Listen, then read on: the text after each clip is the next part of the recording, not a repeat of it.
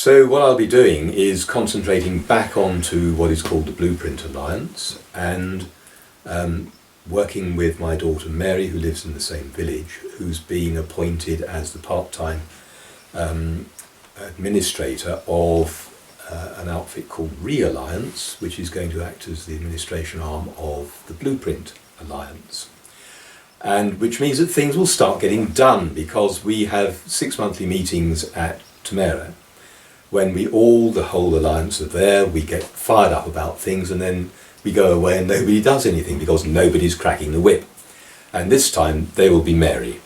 And the first thing that we are going to do, Mary and I, is we're going to meet once a week, and we're going to sift through the archive, which is 5 years old, the archive of people's data experience, which is a complete and utter shambles. It's a total mess. Right. And could you just explain, because why are you wanting to do that? Because you had this point of what was going on at the moment. Yeah.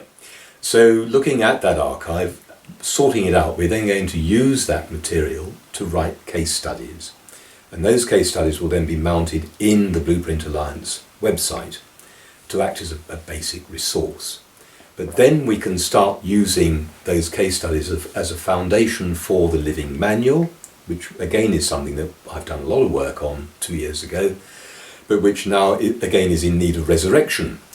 And so with the case studies as a foundation for the living manual, which is intended to be living in terms of it being constituted by a collaborative community of practice around a central data source, where generalized ideas can then be contextualized and applied by those members of that living community, contextualized in their own particular problem areas that they are involved in, to do with humanitarian relief, and also the basic business of regenerative human settlements. Right.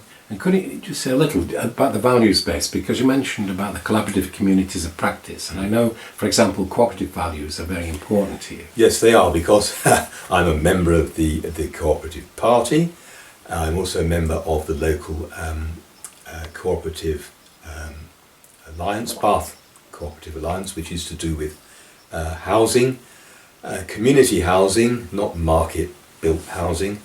And also I have an interest in community land trusts, which also links with the Cologne, which is the village I live in, the Cologne Parish Neighbourhood Plan, which we're writing with a large steering group of interested people. So there's a sort of, things are sort of rotating around each other. There's a synergy, and I find that work that I do in one area informs and nourishes work that I do in another area. And wasn't that one of your key points about wanting to engage in this work, that you were saying that Paul had developed an integrated approach? Yes, and at the moment, like with the United Nations, they're all in separate silos. Yes. So. And the whole idea of an integrated approach is that if, for example, you've got a refugee camp containing 100,000 people, they produce an Olympic swimming pool full of sewage per day.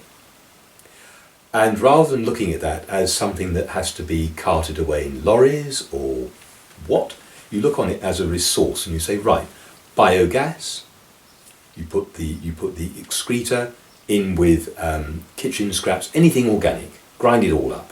You get biogas from it, which is a fuel, and you get soil. And the interesting point is there's a refugee camp in Algeria which has been there for 40 years. They rely on UN food lorries for sustenance, so it's a vibrant community. But they have not produced in the desert 1 teaspoonful of soil in 40 years. They should be growing their own food by now. Okay, that's our 3 minutes.